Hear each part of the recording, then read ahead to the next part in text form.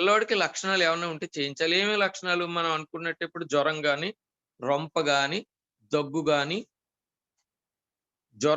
రొంప గాని, దగ్గు గాని ఇంకా ఏమేమి ఉండొచ్చు? ఇంకా ఏముండొచ్చంటే ఫెటిగ్ ఉండొచ్చు, ఆయాసం ఉండొచ్చు, మ ఒళ్ళు నొప్పులుంటాయి, రొంపుంటది, గొంతు నొప్పుంటది, విరోచనాలుంటాయి, లాస్ ఆఫ్ స్మెల్ లేకపోవచ్చు, టేస్ట్ లేకపోవచ్చు. ఇంకా కొత్త సిండ్రోమ్‌లొచ్చినాయి చిన్న పిల్లల్లో, ఎస్పెషల్లీ చిన్న పిల్లల్లో. అదేంటంటే మల్టీ సిస్టమ్ ఇన్‌ఫ్లమేటరీ సిండ్రోమ్ అని. ఒక పిల్లల్లో కరోనా తగ్గిన తర్వాత 3 వారాల నుంచి 3 నెలల మధ్యలో 3 వారాల నుంచి 3 నెలల మధ్యలో మల్టీ ఇన్‌ఫ్లమేటరీ సిండ్రోమ్ అని ఒక కొత్త సిండ్రోమ్ వస్తుంది. అప్పటిదాకా పిల్లలు బానే ఉంటున్నారు. అది బాగా లైఫ్ థ్రెటనింగ్ కండిషన్. ఇట్లా ఇంకేమేమి చేయాలి? అంటే పిల్లల్ని టెస్టులు చేయించాలి. తర్వాత ఏమేం టెస్టులు చేయించాలంటే ఆర్‌టీ-పీసీఆర్ ఒకటి చేయించాలి. ర్యాపిడ్ టెస్ట్ చేయించాలి. ఆర్‌టీ-పీసీఆర్ పాజిటివ్ వస్తే పాజిటివే. తర్వాత తర్వాత ర్యాపిడ్ టెస్ట్ ఒకవేళ పాజిటివ్ వస్తే పాజిటివ్ అనుకుంటాం. ఒకవేళ నెగెటివ్ వస్తే నెగెటివ్ అని డిక్లేర్ చేయడానికి లేదు. తర్వాత సీటీ స్కాన్‌లో మిగిలిన టెస్ట్‌లు ఎప్పుడు చేస్తామంటే, మిగిలిన టెస్ట్‌లయి జనరల్‌గా సీటీ స్కాన్‌లయితే డాక్టరు అడ్వైస్ చేస్తే తప్ప చేయాల్సిన అవసరం లేదు. ఒకవేళ ఆర్‌టీ-పీసీఆర్ టెస్ట్‌లు, ఈ టెస్ట్‌లు ఏమన్నా చెయ్యాలి అంటే డాక్టర్ అడ్వైస్ అవసరమా? ఏం అవసరం లేదు. మీకేమైనా కరోనా లక్షణాలు చిన్న పిల్లల్లో గాని, లేతే తల్లిదండ్రుల్లో పాజిటివ్ వచ్చి, లేతే ఇంట్లో ఎవరికైనా పాజిటివ్ వచ్చుంటే దగ్గర సెంటర్‌కెళ్తే డాక్టర్ ప్రిస్క్రిప్షన్ అవసరం లేకుండా కరోనా టెస్ట్‌లు చేస్తారు. బట్ సీటీ స్కాన్ అది డాక్టర్‌లు అడ్వైస్ చేసుకునే చెయ్యాలి. ఇక మిగిలిన కండిషన్‌లేంటంటే తల్లికి పాజిటివ్ వచ్చింది, పిల్లకి పాజిటివ్ వచ్చింది. ఇద్దరు కలిసి ఉండొచ్చా? కలిసి ఉండకూడదా? అంటే కలిసి ఉండొచ్చు. ఒకవేళ పిల్లోడికి పాజిటివ్ వచ్చింది, తల్లిదండ్రులకు పాజిటివ్ లేదు. ఏం చేయాలంటే వీలున్నంత వరకు పిల్లోడిని విడిగా పెట్టి, ఒకవేళ పిల్లోడు చిన్న పిల్లోడు అంటే 1 ఇయర్, 2 ఇయర్స్ లోపల వాళ్ళకి ఏం చేయాలి అంటే వీలున్నంత వరకు తల్లి మాస్క్ అది పెట్టుకొని, తండ్రి మాస్క్ అది పెట్టుకొని వీలున్నంత వరకు ఐసోలేషన్‌లో పెట్టి ట్రీట్మెంట్ ఇవ్వాల్సిన అవసరం ఉంది. ఒకవేళ తల్లి, తండ్రి గూడా నెగెటివ్ వచ్చి పిల్లోడు ఒక్కడే పాజిటివ్ వస్తే అదే పెద్ద పిల్లలైతే గనక మీకు వేరే సెంటర్‌లో ఏమన్నా పెట్టడానికి అవకాశం ఉంటది. ఒకవేళ అట్లాంటి అవకాశం ఏం లేనప్పుడు ఇంట్లో ట్రీట్మెంట్ ఐసోలేషన్‌లో పెట్టి ట్రీట్మెంట్ ఇవ్వాలి. పిల్లోడి దగ్గర ఫీడింగ్ అది ఏమన్నా ఇచ్చినప్పుడు జాగ్రత్తగా మాస్క్‌లు అది యేసుకొని తల్లిదండ్రులు డిస్టెన్స్ అది పాటించాలి. రూమ్‌లోకెళ్ళినప్పుడు జాగ్రత్తగా ఆ జాగ్రత్తలన్నీ తీసుకోవాలి. అంటే మాస్క్ వేసుకోవడం, హ్యాండ్ వాష్, శానిటైజర్ ఇవన్నీ చేసుకోవాల్సొస్తది. Soap and దీనితోటి. తర్వాత పిల్లలకి మాస్క్‌లు అవసరమా? అవసరం ఉంటే ఇప్పటిదాకా. డబ్ల్యూహెచ్ఓ గైడ్‌లైన్స్ ఏంటంటే 5 ఇయర్స్ దాటిన తర్వాత పిల్లలందరికీ మాస్క్‌లేసుకోవాలి అని డబ్ల్యూహెచ్ఓ గైడ్‌లైన్స్ చెప్తుంటే, ఇండియన్ అకాడమీ ఆఫ్ పీడియాట్రిక్స్ వాళ్ళు ఏం చెప్తున్నారంటే 2 ఇయర్స్ దాటిన పిల్లలందరికీ మాస్క్‌లెయ్యండి అని చెప్తున్నారు. ఎందుకు 2 ఇయర్స్ లోపల పిల్లలకి మాస్క్‌లేయకూడదు అంటే రీజన్ ఒక్కటే. 2 ఇయర్స్ లోపల పిల్లలకి పొరపాటున మాస్క్‌లైతే సేఫ్టీ మెజర్స్ పొరపాటున గనక మాస్క్ వేస్తే అదేమన్నా ముక్కు మూసుకుపోతే ప్రాణానికి ప్రమాదం వస్తది. ఇవన్నీ సేఫ్టీ రీజన్స్ వల్ల వేయొద్దంటున్నారు తప్ప, మాస్కేస్తే నష్టమైతే ఏముండదు. కాపోతే 2 ఇయర్స్ లోపల ఎయొద్దు అని ఇండియన్ అకాడమీ ఆఫ్ పీడియాట్రిక్స్, డబ్ల్యూహెచ్ఓలైతే 5 ఇయర్స్ లోపల వెయ్యొద్దు అని. అలాగైనంత మాత్రాన ఆళ్ళకి ఇన్ఫెక్షన్ రాదు అంటే డ్రాప్‌లెట్ తోటి ఇన్ఫెక్షన్ ఏదన్నా ఎవరైనా పాజిటివ్ వచ్చినోళ్ళు డ్రాప్‌లెట్ తోటి మనం దగ్గినా, తుమ్మినా ఇట్లాగేమన్నా వస్తే గనక వాళ్ళ ఇన్ఫెక్షన్ రావడానికి అవకాశం ఉంటది. అందు గురించి పిల్లల్ని బయటకి ఆడుకోనికి పంపించకూడదు. పిల్లల్ని ఎక్కడికి ఎళ్ళడానికి వీల్లేదు. తర్వాత ఏ పిల్లల్లో రిస్క్ ఎక్కువ అంటే రిస్క్ ఆల్రెడీ హార్ట్ డిసీజ్ ఉన్న వాళ్ళకి, కిడ్నీ ప్రాబ్లమ్ ఉన్న వాళ్ళకి, లివర్ ప్రాబ్లమ్ ఉన్న వాళ్ళకి, లో ఇమ్యూనిటీ అంటే కిడ్నీ ప్రాబ్లమ్ చిన్న పిల్లల్లో ఏమన్నా ఉన్నాడు, బరువు ఎక్కువగా ఉన్నప్పుడు, క్యాన్సర్ పేషెంట్ వీళ్ళందరిని కూడా రిస్క్ ఎక్కువ. కాబట్టి వాళ్ళని బయటకి ఎక్కడ తీసుకెళ్ళడానికి అవకాశం లేదు. తర్వాత ఎలా సలహాలు తీసుకోవాలని అనుమానం రావచ్చు. ఎలాంటి సలహాలు తీసుకోవాలంటే టెలి కన్సల్టేషన్ వీలున్నంత వరకు ఫోను ద్వారా. మా పిల్లలకి ఇలా ఉంది, అలా ఉంది అని ఫోను ద్వారా కన్సల్టేట్ చేసుకోవచ్చు. తర్వాత ఏమైనా వెబ్‌సైట్‌లు ఐఏపీ వెబ్‌సైట్ ఉంది, డబ్ల్యూహెచ్ఓ వెబ్‌సైట్ ఉంది, ఎయిమ్స్ వెబ్‌సైట్ ఉంది. తర్వాత ఏమన్నా సీరియస్‌గా ఉన్న డాక్టర్‌ని అందుబాటులో ఉండేటట్టు చూసుకోవాల్సిన అవసరం ఉంది. హోమ్ రెమెడీలు ఏమేం చేస్తామంటే తర్వాత హోమ్ రెమెడీ అంటే ఇంట్లో పిల్లలకి ఎలా ట్రీట్ చేస్తాం? నిజంగా పిల్లలకి పాజిటివ్ వస్తే టెంపరేచర్ రికార్డ్ చేయాలి. ఆక్సిజన్ సాచురేషన్ చూసుకోవాలి. తర్వాత టెంపరేచర్ 100 కన్నా ఎక్కువుంటే పారాసిటమాల్ ఇస్తాము. లిక్విడ్‌లు ఎక్కువగా ఇస్తాము. సాఫ్ట్ డైట్ ఇస్తాము. తర్వాత హైజీన్ జాగ్రత్తగా ఉంచాలి. వైటమిన్ సి, జింకు ఇవన్నీ ఇమ్యూన్ బూస్టర్స్‌గా వాడతాం. తర్వాత పిల్లల్లో సీరియస్ అవ్వొచ్చా అంటే అవ్వచ్చు. 60-70% ఆఫ్ ది చిల్డ్రన్‌లో జనరల్‌గా అసిమ్ప్టమాటిక్ ఆళ్ళలో ఏ ప్రాబ్లమ్స్ ఉండవు. వచ్చిన పిల్లల్లో 60-70% of the children they are normal. వాళ్ళకి టెస్ట్‌లు ఎప్పుడు చేయిస్తారంటే తల్లిదండ్రులు ఏమైనా టెస్ట్ చేయించుకున్నట్టు ఈ పిల్లలకి టెస్ట్ చేస్తే పాజిటివ్ అవుతది తప్ప వాళ్ళకి ఏం ఉండదు. జ్వరం ఉండదు, రొంప ఉండదు, ఏమి ఉండవు. వాళ్ళు నార్మల్‌గా ఉంటారు. అది 60-70% ఆఫ్ ది చిల్డ్రన్ నార్మల్‌గా ఉంటారు. అది ఎప్పుడు వాళ్ళకి టెస్ట్ చేస్తారంటే ఏదో వాళ్ళ తల్లిదండ్రులకు పాజిటివ్ వచ్చినప్పుడు వాళ్ళతో పాటు టెస్ట్ చేస్తే వస్తాయి. But 30% of the children symptomatic. అందులో 1-2% ఆఫ్ ది చిల్డ్రన్ ప్రెజెంట్ ట్రెండ్‌లో సెకండ్ వేవ్‌లో 1-2% of the children needs ICU admission.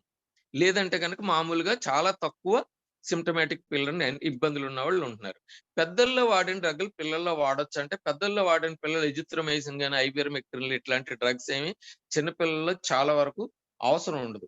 ఎప్పుడు సీరియస్ అనుకోవాలి అంటే గనక సీరియస్ సింప్టమ్స్ ఎప్పుడు ఒకవేళ పిల్లల్ని ఐసీయూలో మనం హోమ్ ఐసోలేషన్‌లో పెట్టాం.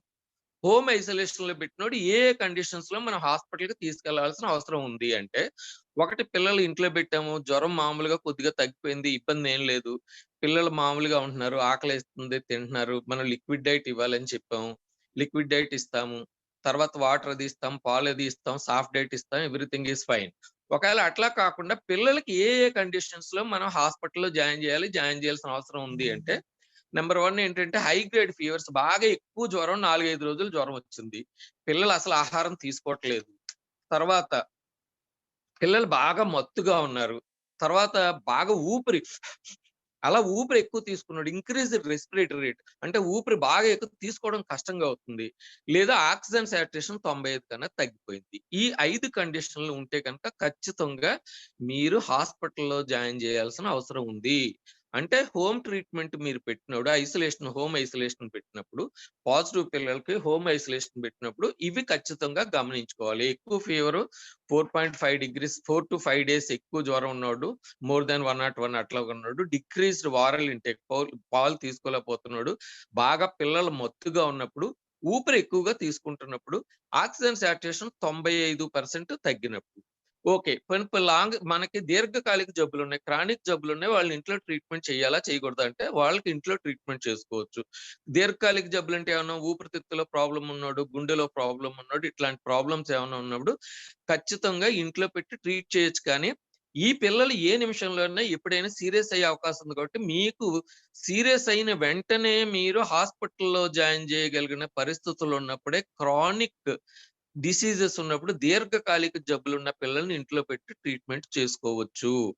ఒకవేళ మీకు ఇంట్లో తీసుకెళ్ళడానికి అవకాశం లేదు, చాలా దూరంగా ఉంది అన్నప్పుడు ఖచ్చితంగా కోవిడ్ కేర్ సెంటర్‌లో పిల్లల్ని దీర్ఘకాలిక జబ్బులున్న పిల్లలు విత్ కోవిడ్ పాజిటివ్ అయితే ఖచ్చితంగా హాస్పిటల్‌లో చేర్చాల్సిన అవసరం ఉంది. తర్వాత పిల్లల్లో ఈ కోవిడ్ గాని, ఈ పావిఫిరవిర్‌లు, రెమిడెసివిర్‌లు ఇవన్నీ అంటున్నారు గదండీ! అంటే అవి పిల్లల్లో జనరల్‌గా అవసరం లేదు. పిల్లల్లో వీలున్నంత వరకు పిల్లలకి అవి అవసరం రావు.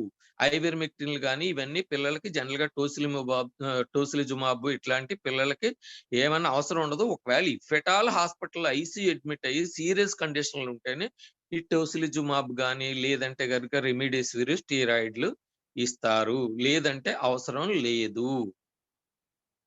తర్వాత వ్యాక్సిన్‌లు ఎప్పుడెయ్యాలి? పిల్లలకు పాజిటివ్ వచ్చింది. పాజిటివ్ వచ్చిన తర్వాత కంప్లీట్‌గా ఏ ఇబ్బంది లేకుండా తగ్గిపోయింది. వ్యాక్సిన్ ఎప్పుడెయ్యొచ్చంటే 2 వీక్స్ లోపల 2 వీక్స్ తర్వాత వ్యాక్సిన్ ఎయించుకోవచ్చు.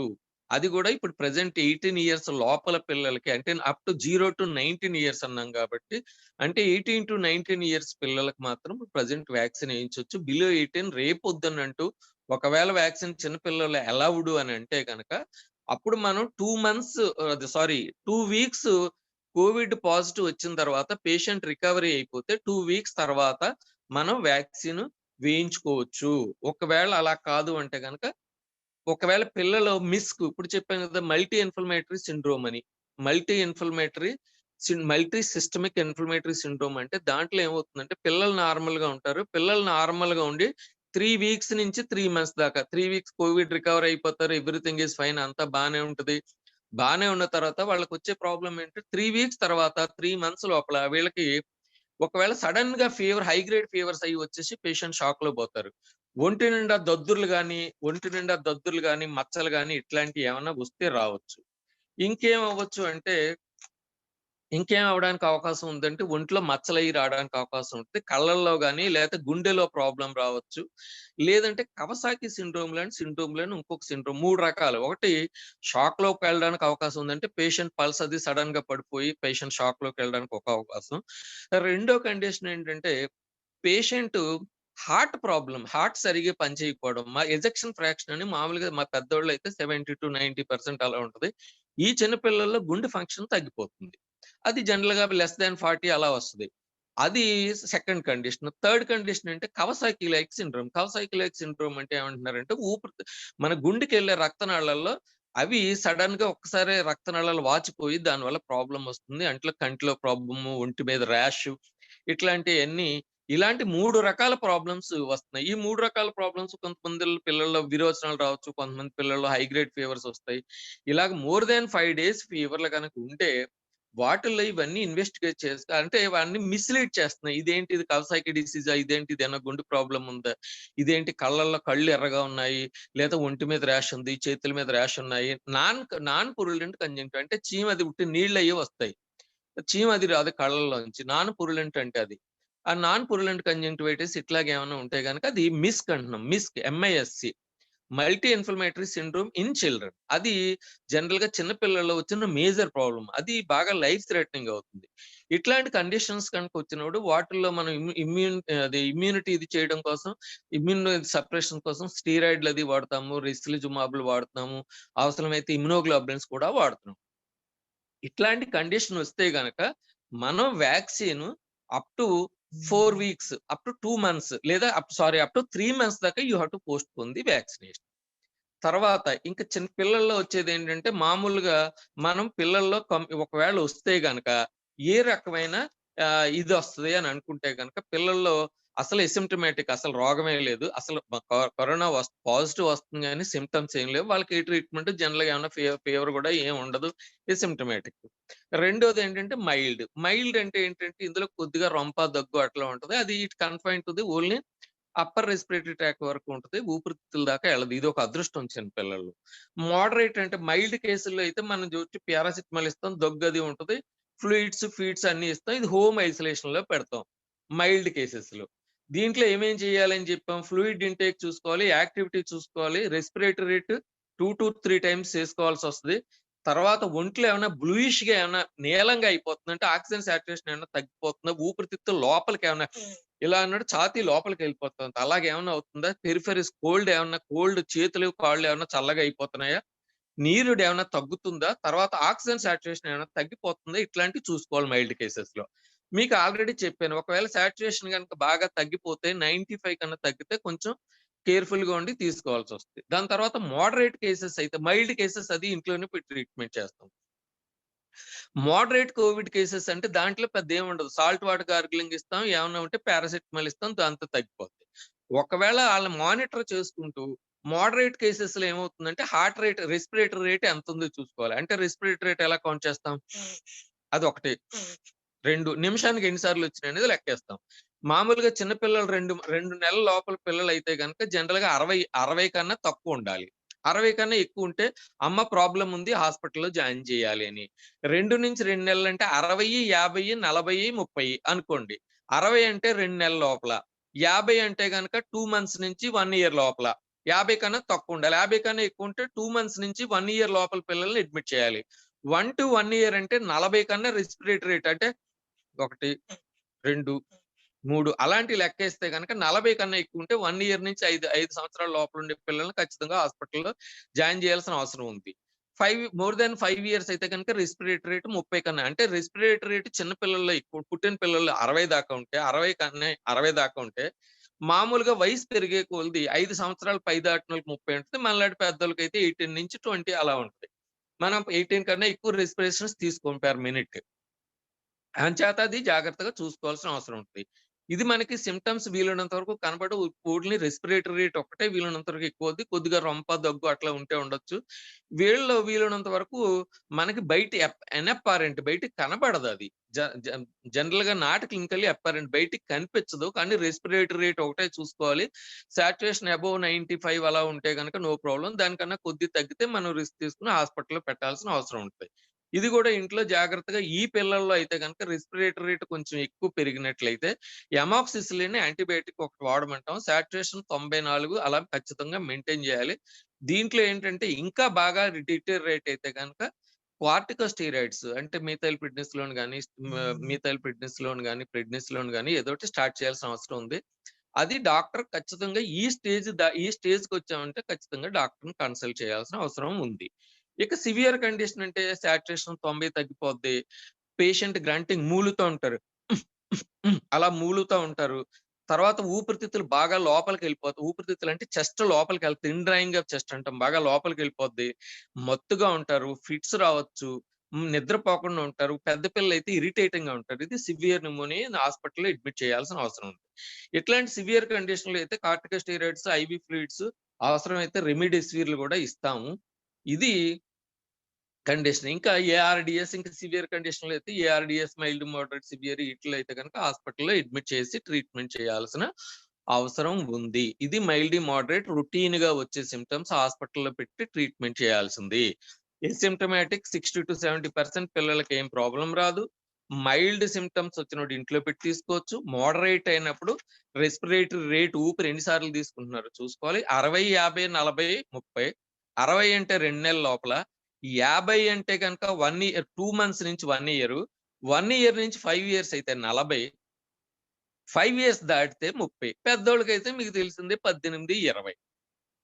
అది గనక ఎక్కువయింది అంటే ఊపిరితిత్తుల్లో ఎంతో కొంత ప్రాబ్లమ్ ఉంది. మనం జాగ్రత్త పడాల్సిన అవసరం ఉంది. సివియర్ అయితే ఇంక హాస్పిటల్‌లో అడ్మిట్ అయిపోవాల్సిందే.